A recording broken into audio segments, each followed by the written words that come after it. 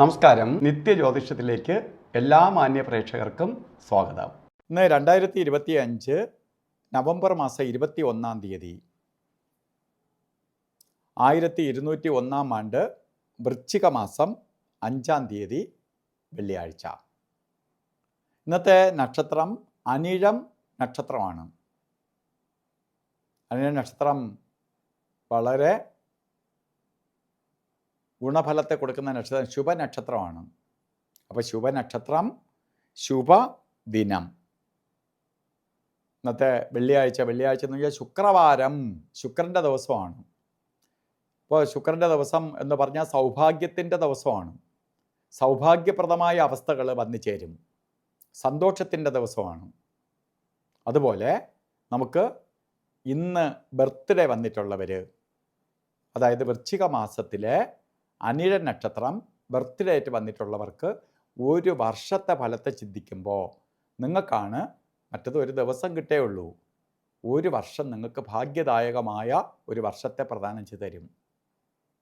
പ്രത്യേകിച്ച് വീട് വയ്ക്കാൻ ആഗ്രഹിക്കുന്നവർ, ജോലി കിട്ടാത്തവർ, മറ്റ് സന്തോഷപ്രദമായ അവസ്ഥകൾക്ക് ഇടവരുത്തുന്നതിനൊപ്പം തന്നെ പ്രധാന ദാമ്പത്യ ജീവിതത്തിൽ, അതായത് കല്യാണം നടക്കാതിരിക്കുന്നവർക്ക് കല്യാണം നടക്കും.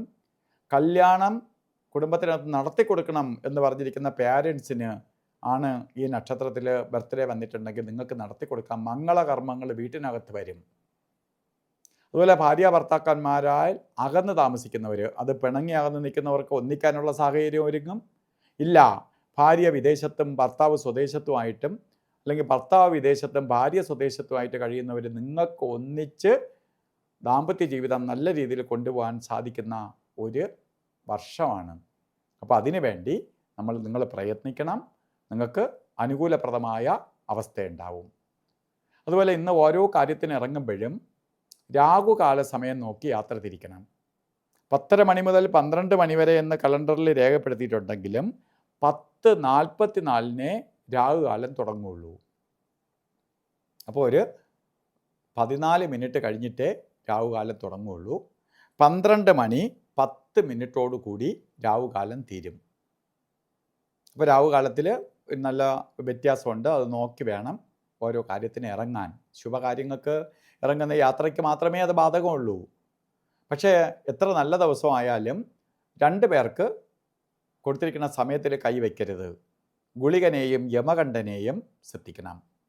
അതിൽ ഗുളിക കാല സമയം വരുന്നത് 7:51 തൊട്ട് 9:18 വരെയും യമകണ്ഠ കാല സമയം വരുന്നത് 3 മണി 3 മിനിറ്റ് തൊട്ട് 4 മണി 29 മിനിറ്റ് വരെയും. ഈ സമയം ഒരു ശുഭകാര്യങ്ങൾക്കും എടുക്കരുത്.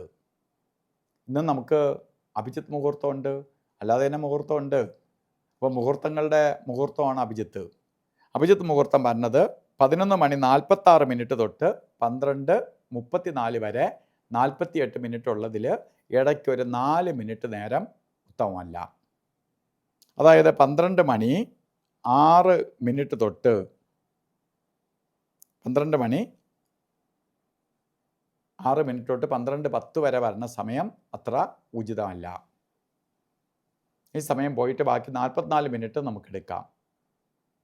അതുപോലെ തന്നെ ഇന്നും ഓരോ കാര്യത്തിന് ഇറങ്ങുമ്പോഴും വസ്ത്രധാരണത്തിന് പ്രാധാന്യം കൊടുക്കണം.